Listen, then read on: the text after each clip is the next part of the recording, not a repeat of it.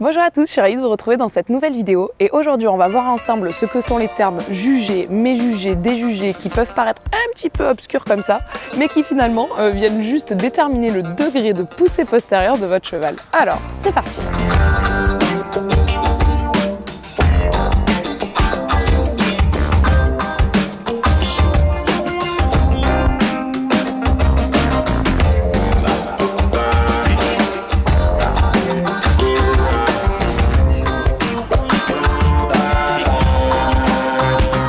Avant toute chose, il est important de savoir que la poussée postérieure de votre cheval, c'est-à-dire le niveau d'engagement de ses postérieurs et comment il vient les passer sous sa masse corporelle, eh bien c'est le nerf de la guerre. C'est de là que va partir tout le travail de votre cheval, donc c'est important de pouvoir le quantifier et savoir un petit peu où on en est derrière au niveau du moteur. Pour cela, il existe les trois termes dont je vous parlais tout à l'heure, méjugé, jugé et déjugé. Pour pouvoir s'en servir, on va s'intéresser à n'importe lequel des latéraux de votre cheval.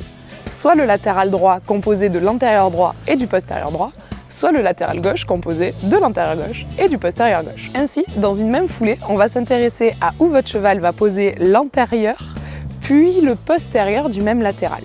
Je m'explique. Par exemple, si je prends l'antérieur droit de mon cheval, eh bien je viens regarder où se pose juste après son postérieur droit. Si vos deux membres se posent exactement sur la même trace, l'antérieur est juste par-dessus le postérieur. Dans ce cas de figure, on parle d'un cheval qui se juge. Il fait le minimum vital en termes d'engagement, c'est ni trop ni pas assez, il faudrait pas moins et pour autant on considère qu'il pousse quand même. Autre cas, votre antérieur se pose et le postérieur vient parcourir moins de terrain, donc il se pose en arrière de la trace de l'antérieur. Dans ce cas-là, on parle d'un cheval qui se déjuge. C'est plutôt mauvais signe, ça veut dire qu'il ne vient pas abaisser ses hanches et passer ses postérieurs sous la masse.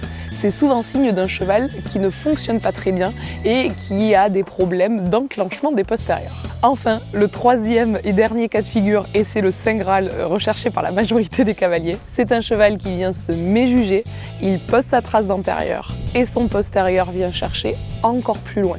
C'est signe, cette fois-ci, d'abaissement des hanches et d'un cheval qui vient engager ses postérieurs sous la masse. C'est donc plutôt bon signe pour tout ce qui concerne sa ligne de dos et la décontraction de votre cheval. Malheureusement et heureusement en même temps pour moi, j'ai un cheval qui a tendance à avoir une poussée naturelle assez importante et du coup ça a été impossible pour nous de vous illustrer le fait de se déjuger. Mais me jugez pas, j'allais pas obliger Hollandais à ne pas pousser avec ses postérieurs, ça serait quand même contre-productif dans le travail. Attention, il y a tout de même un petit bémol à tout ce que je viens de vous raconter. Il va falloir prendre en compte la morphologie de votre cheval. Si le cheval a un dos très court, il aura tendance à, quoi qu'il arrive, se méjuger. Il aura plus de chances d'avoir les postérieurs qui engagent sous la masse du fait de la petitesse de son dos. A l'inverse, un cheval qui a un dos long va avoir plus de mal à venir chercher la trace de ses antérieurs. Donc pour un cheval avec un dos court, eh bien, le fait de se méjuger va presque devenir le minimum vital. A l'inverse, un cheval qui a un dos très long, le fait de se juger, c'est déjà pas mal.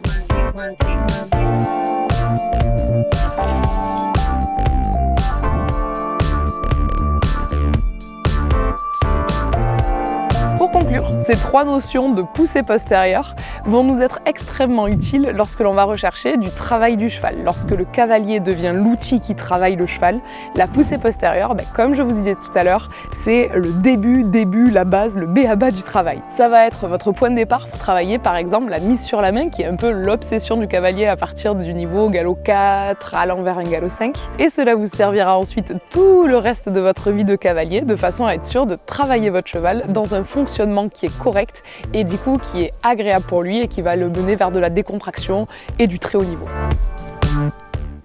Et voilà, cette vidéo est déjà terminée. J'espère comme d'habitude du fond du cœur que celle-ci vous a plu. N'hésitez pas à me dire dans les commentaires si ce genre de vidéo un petit peu plus technique et orientée monte à cheval vous intéresse. Si c'est le cas, nous on sera ravis de vous en faire plein d'autres. En tout cas, comme d'habitude, je vous laisse liker la vidéo, la partager sur tous les réseaux sociaux, la commenter, vous abonner à la chaîne si c'est pas déjà fait. Moi je vous fais tout plein de gros bisous et je vous dis à très bientôt.